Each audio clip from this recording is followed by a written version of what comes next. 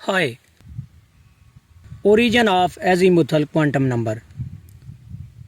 Azimuthal quantum number को किस तरह से हासिल किया जाता है? इसके लिए एक डिस्चार्ज ट्यूब ली जाती है जिसमें हाइड्रोजन गैस को भरा जाता है और इसको हाई इलेक्ट्रिक वोल्टेज अप्लाई करके एक्साइट किया जाता है। हमें रेडिएशन हासिल होती हैं।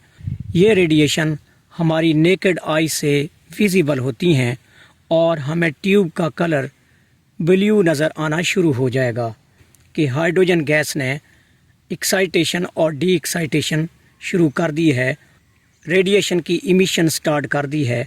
हमारी आंखें सिर्फ विजिबल कलर्स जिनकी इंटेंसिटी या वेवलेंथ कम हो या बहुत ही ज़्यादा हो उनको देख नहीं पाती।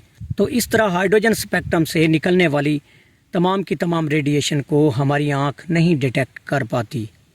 तो इसके लिए हमें स्पेक्ट्रोमीटर इस्तेमाल करना पड़ता है। डिफ्रैक्शन ग्रेटिंग बहुत ज़्यादा वेवलेंथ वाली या फिर बहुत ही शॉर्ट वेवलेंथ वाली रेडिएशन का भी पता चला देगा, वेवलेंथ की भी पहचान कर पाएगा। तो डायफ्रैक्शन ग्रेटिंग ने हमें फाइन लाइंस को अंडरस्टैंड करने में हेल्प की है। तो इन फाइन लाइन की हेल्प से हम सब शेल को पहचान पाते हैं। जैसा कि मैं पहले ही डिस्कस कर चुका हूँ कि when hydrogen spectrum is passed through high resolving power spectrometer so fine lines are obtained.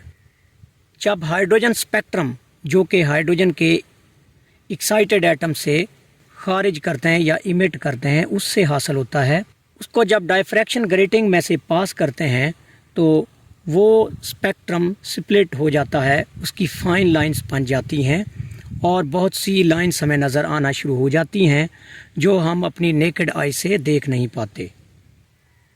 The origin of fine lines is due to presence of sub shell in the atom. The azimuthal quantum number provides information about the nature of subshell existing within a shell or orbit. azimuthal quantum number की help से हमें सब shell का पता चलता है जो कि किसी शेल या ऑर्बिट के अंदर मौजूद होता है। तो जिस तरह का स्पेक्ट्रा हमें डायफ्रैक्शन ग्रेटिंग से मिलेगा उससे हम ये पता लगा पाते हैं कि ये किस तरह का एटम होगा या शेल होगा जिससे ये रेडिएशन निकल रही हैं। The number of sub shell in a shell can be calculated using formula. इस फार्मूले की हेल्प से हम किसी भी शेल या ऑर्बिट के अंदर जो सब शेल होते हैं उनकी तादाद को कैलकुलेट कर पाते हैं। तो ये फार्मूला है L is equal to n-1। यहाँ पे L जो है ये एजीमुथल क्वांटम नंबर को शो करता है और n प्रिंसिपल क्वांटम नंबर है। और प्रिंसिपल क्वांटम नंबर में से अगर हम इंटीजर 1 सब्ट्रैक्ट कर लें तो ये एजीमुथल क्वांटम नंबर बन जाता है। एजीमुथल क्वांटम नंबर की वैल्यू 0, 1, 2, 3, 4 जो कि आफ्टर सब्ट्रैक्टिंग -1 से हमें हासिल होती हैं। अब हम किसी ऑर्बिट के अंदर जो सब शेल की टाइप है उसको जानते हैं। अगर एजीमुथल क्वांटम नंबर की वैल्यू 0 आ जाए तो इस केस में हमारा शेल जो है वो K रहेगा, जो सब शेल है वो S होगा। अगर एजीमुथल क्वांटम नंबर की वैल्यू 1 हो तो इस केस में शेल जो है वो L होगा और इसमें सब शेल P होगा। M शेल के केस में एजीमुथल क्वांटम नंबर की वैल्यू 2 होती है और D सब शेल होता है।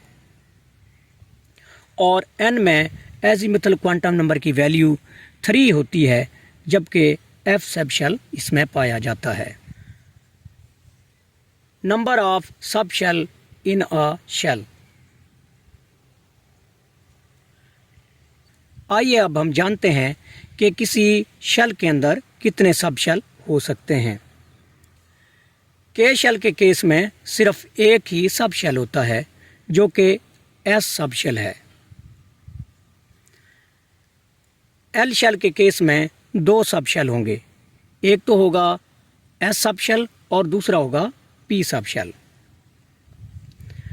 एम शेल के केस में तीन सब शेल होंगे, एक होगा एस, दूसरा पी और तीसरा डी सब शेल होगा।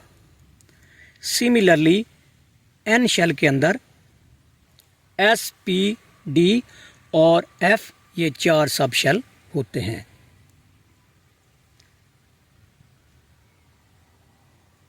Spectroscopic terms for sub shell. Spectroscopic studies IR है या UV विजिबल है, इन तमाम के लिए सब शेल को SPD या फिर F से पहचाना जाता है।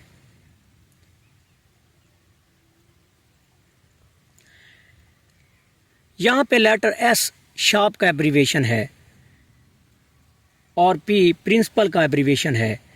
D स्टैंड्स फॉर डिफ्यूज्ड और F स्टैंड्स फॉर फंडामेंटल।